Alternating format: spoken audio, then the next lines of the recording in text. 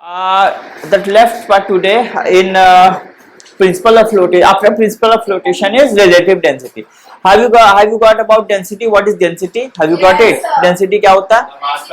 Mass per unit of the substance is called density. ठीक है? Relative density is very good term. होता क्या देखो? Relative density है जब हम लोग एक ध्यान से सुनिएगा जब हम लोग यस हाँ तो रिलेटिव डेंसिटी होगा जब हम किसी सब्सटेंस के डेंसिटी को वाटर के डेंसिटी के साथ कंपेयर करते हैं वो भी एट 4 डिग्री सी। क्योंकि हम लोग जानते हैं वाटर का जो बिहेवियर होता है वो कुछ ऐसा होता है कि 0 से 4 डिग्री से सी तक उसका अलग बिहेवियर होता है। That is anomalous behaviour. होता क्या उसमें anomalous behaviour. I will tell you what is this. जब हम लोग किसी सब्सटेंस को हीट देते हैं तो हम सब जानते हैं कि जब सब्सटेंस को हीट देते हैं तो वो क्या होता है थर्मली एक्सपेंड करता है। तो जब सब्सटेंस एक्सपेंड करेगा तो वो वॉल्यूम में ग्रो करेगा और डेंसिटी कम हो जाएगी। जानते हैं ना हम लोग। वाटर के साथ 0 से 4 डिग्री से सी तक कुछ उल्टा केस होता है। जब 0 से टेम्परेचर बढ़ाएंगे 0, 1 डिग्री 2 डिग्री तो उस समय क्या होता है वाटर क्या होता है एक्सपेंड करने के बदले कॉन्ट्रैक्ट करता है। रिवर्स होता है वहां पर वाटर के लिए 0 अप टू 0 to 4 डिग्री से रिवर्स होता है। यानी कि वो कॉन्ट्रैक्ट करने लगता है। तो कॉन्ट्रैक्ट करते करते करते करते करते जब 4 डिग्री पर आता है तो मैक्सिमम कॉन्ट्रैक्शन हो जाता है। सबसे ज्यादा कॉन्ट्रैक्ट कर चुका होता है और उस टेम्परेचर पर वाटर का डेंसिटी सबसे हाई होता है और वो डेंसिटी होता है वाटर का 1 ग्राम पर क्यूबिक सेंटीमीटर। 1 ग्राम पर क्यूबिक सेंटीमीटर ये डेंसिटी होती है मैक्सिमम। समझ में आ रहा है एट 4 डिग्री। क्लियर। लेकिन आफ्टर 4 डिग्री व्हाट हैपेंस सब नॉर्मल हो जाता है जैसे बाकी सब्सटेंस का होता है। 4 डिग्री के बाद जब हम उसको और हीट करते हैं 5 से तो अब केस उल्टा होने लगता है। अब वॉल्यूम बढ़ने लगता है डेंसिटी एक्सपेंड करने लगता है। वॉल्यूम बढ़ने लगता है डेंसिटी डिक्रीज होने लगती है। क्लियर। समझ में आ रहा है मैंने क्या बोला अभी आप लोगों को।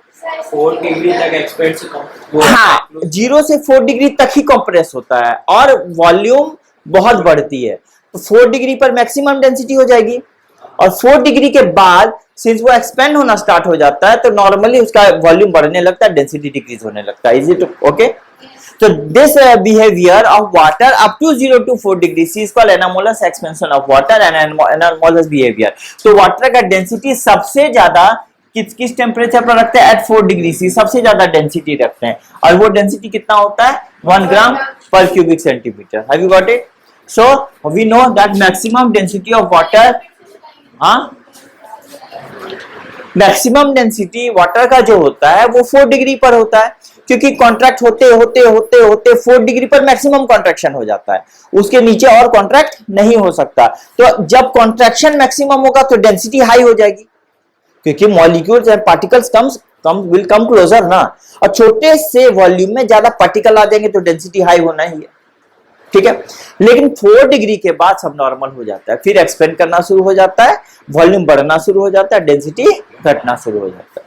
क्लियर। तो water has maximum density at 4 degree C. ठीक है। दैट इज 1 ग्राम पर सेंटीमीटर क्यूब। यानी एक क्यूबिक सेंटीमीटर के अंदर 1 ग्राम मटेरियल प्रेजेंट होंगे।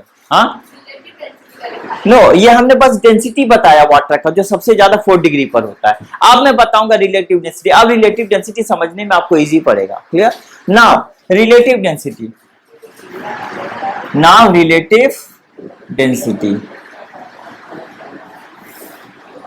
तो रिलेटिव डेंसिटी क्या होता है बस ज्यादा कुछ नहीं है एक कंपेरेबल टर्म है जिसको हम कंपेयर कर सकते हैं किसी के डेंसिटी के साथ। रिलेटिव वर्ड मतलब ही होता है किसी के साथ अगर किसी को कंपेयर करते हैं that is relative to this.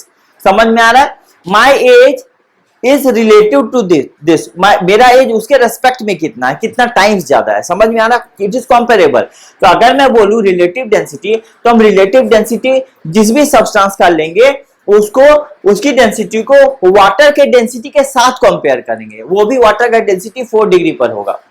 समझ में आ गया मैंने क्या बोला। रिलेटिव डेंसिटी कोई भी प्रॉब्लम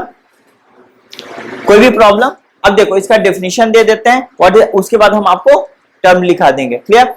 तो relative density of substance is defined as a ratio of mass of any volume of substance.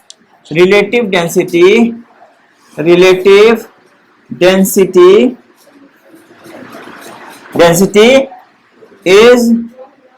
is defined as the ratio of density of any volume of substance to the density of water to the density of same volume of water to the density of same volume to the density of same volume of water at 4 degree C. This is called relative density. समझ में आ गया? अगर मैं term लिखूं तो relative density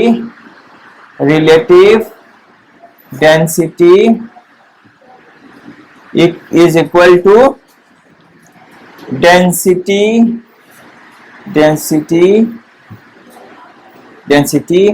of certain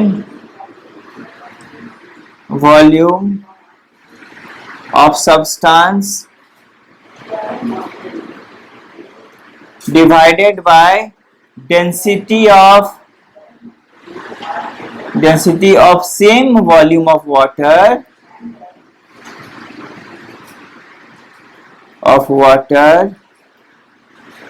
at 4 degree C. ये हो गया हमारा रिलेटिव डेंसिटी का टर्म।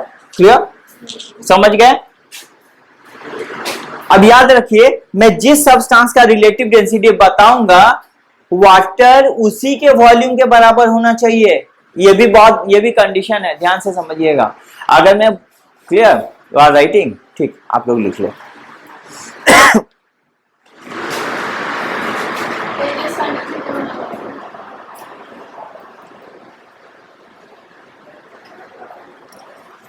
अच्छा, सो मैंने आपको समझाया रिलेटिव डेंसिटी। अब सपोज करो मैं किसी सब्सटेंस की रिलेटिव डेंसिटी जानना चाहता हूं, तो मैं मान लो सपोज कर लो कोई भी वॉल्यूम, सपोज करो हम ले लेते हैं आपका 50 ग्राम सब्सटेंस का डेंसिटी। ठीक है, सिर्फ 50 ग्राम सब्सटेंस का डेंसिटी। ठीक है, तो मैंने देख लिया कि 50 ग्राम सब्सटेंस है, उसका कुछ सर्टेन डेंसिटी है। ठीक है, क्लियर?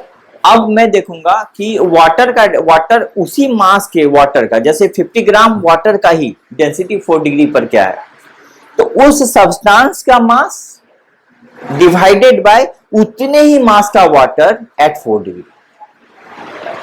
मतलब density of 50 gram of substance divided by density of 50 gram of water he, 50 gram he water at 4 degree.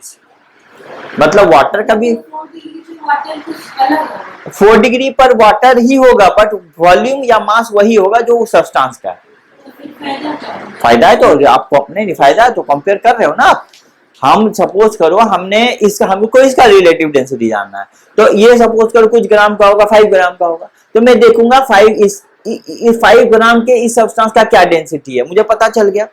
मैं इसको वाटर के साथ कंपेयर करूंगा, तो मैं देखूंगा 5 ग्राम के वाटर का ही 1 डिग्री पर क्या डेंसिटी है। मैं इसका डेंसिटी डिवाइड कर दूंगा density of 5 gram of water at 4 degree. मैंने इसका जो मास होगा वाटर का मास 5 ग्राम ही होना चाहिए। क्लियर? हाँ, ऑब्जेक्ट का जितना मास होगा बस वही है कि वाटर का भी मास वही होना चाहिए, खाली टेम्परेचर 4 डिग्री होगा। हाँ, आप डिफरेंट ही ऑब्जेक्ट ले लो, अलग अलग ऑब्जेक्ट, बट उसके साथ अगर वाटर को कंपेयर करोगे तो वॉल्यूम सेम होना चाहिए या फिर मास सेम होना चाहिए, एटलीस्ट वो होना ही चाहिए सेम। क्लियर? अब मेरी बात को सुन लीजिए, अगर पूछा जाएगा what is the unit of relative density, तो आप लोग को बस एक ही बात बोलना है, relative density has no unit because it is ratio, and ratio का कभी कोई यूनिट नहीं होता। तो यहां पर लिख लेंगे एक टर्म, ठीक है, what relative density has no unit. Relative density has no unit as it is the ratio. क्यों नहीं होता यूनिट, क्यों नहीं होता यूनिट, वो भी मैं लिखा रहा हूं. As it is the ratio of two same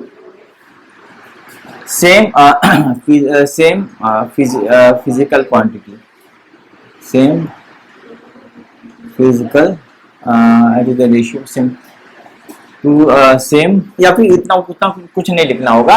as it is the ratio of two same quantity. ठीक है, बस ये रेशियो है, इसलिए उसकी कोई यूनिट नहीं होती. जब आपसे पूछा जाएगा what is the unit of relative density, लिख देना relative density has no unit, वो इसकी यूनिट ही नहीं होती. क्लियर, समझ गए? एनी डिफिकल्टी, कोई डिफिकल्टी? ठीक. So this is what is called relative density. Okay, हाँ, नाउ विल स्टार्ट न्यूमेरिकल्स. ठीक है, तो I am writing a question, हम लोग उसको सॉल्व कर. पहले छोटा सा क्वेश्चन है, उसके बाद थोड़ा बिगर थोड़ा बड़ा क्वेश्चन तरीके से मिटा दूं. मैं इसको मिटा दूं. Okay,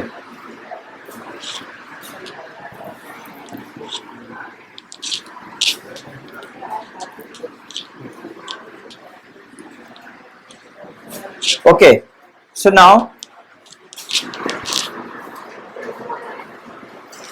here a question given